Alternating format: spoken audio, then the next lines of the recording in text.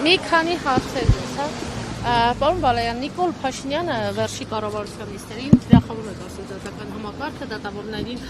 անվանում կոռուպացիա դատական համակարգի ներկայացուցիչներն, ասում եք աշարք են վերցնում, այս աղմկոտ գործերով արտարացնում են։ Հերթով կտակ հարցերը։ Դուք հիմա իր այդ հայտարարությունները ինչպես եք ընկալում, պարոն Բալայան, արդյոք սա չի հեղինակազրկում դատական համակարգը։ Իսկ երբ տենց հայտարարություններ չեն արել, որ հիմա էլ անում են։ Վերջի շրջանում կարծես Բայց ոնց հաճախ են անում, էլի։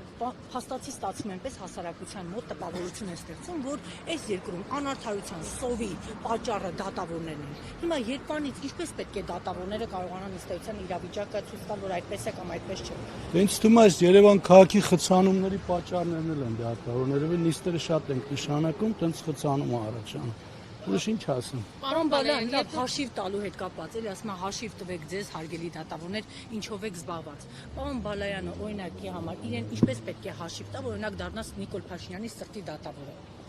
Մեթոդը ո՞րն է։ Իսկ դուք ինչ եք կարծում, որ պետք է ինչ-որ մեկի սրտի դատավորը դառնա, ամեն դատավոր իրեն հաշիվ է տալիս։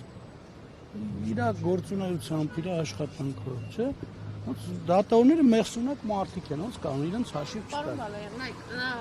ընդդիմության լիդերներին հատ կստացնելու սպառնալիքների ասում են, երեք ասում են Ռոբերտ Քոչարյան պետք է նստի։ Հիմա երբ որ դատավորը սա լսում է հայտարարությունները, արդյոք չի ճնշվում, ի վերջո երկրի Դե դատավորը, որ այդ ակտը կայացնելուց լինի, կարող է հեղում կատարի այդ հանգամանքի վրա, չեմ կարող ասեմ, էլի, եթե ին վարույթուն տենց գործ լինի, երևի թե կմեկնաբանեմ, չեմ կարող։ Այս հայտարարությունների ֆոնին, պարոն Բալայան, դատական իշխանության անկախությունը ինչպես պետք է ապահովեք։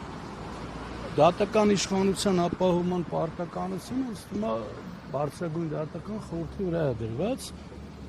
իրենք պետք է ապահովեն։ Ստեսնձը շնորհակալ։